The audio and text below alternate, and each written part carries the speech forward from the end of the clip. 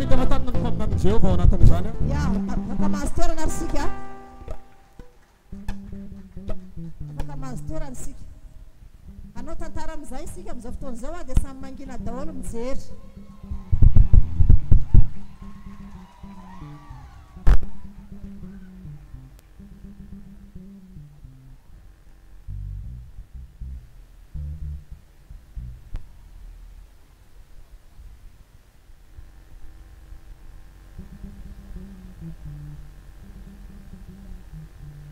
mahita foana ny emaka efa natao hitanareo misy zany petraka daholo sika dia avoaka zany mpanjaka Atsirosy mitondra teny-bolamena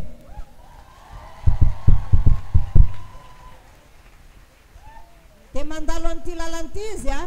dia tonga ry alohaloha ry izy dia mihodina ohatr'izao dia mandeha any mitady an'esy raha atao amin'reto vehivavy reto tady anestera zany atao amin'reto vehivavy reto dia misy solon-tena zany amin'ny koraly anankoroa na anankitelo misangana dia misy solon-tena atao aminareo ato misangana amin'ny avy-papakatra dia misy amin'ny diakona vehivavy dia misy aminareo dia amin'ny anabavin'ny petera misy misangana dia amin'ny vita batisa misy misangana zany hoe nareo zany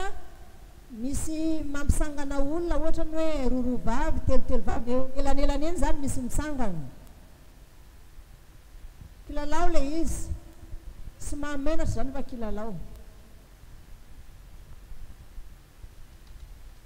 misangana ere meraldaka telo nareo misangana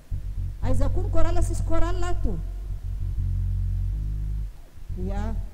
ina moa mahamenatra nareo amin'izany ianareo sy hoe raha alainy vady raha ataon'ina fa tantara ny ataontsika zavatra ara-panahy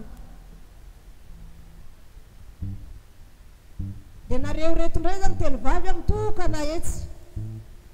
dia nareo indray mitokana eto fanatitra eto nareo telo zany etsy tanareo eto aloha eto nareo eo dia nareo indray zany amin'ny sisiny ery ohatr'izao dia misy misangana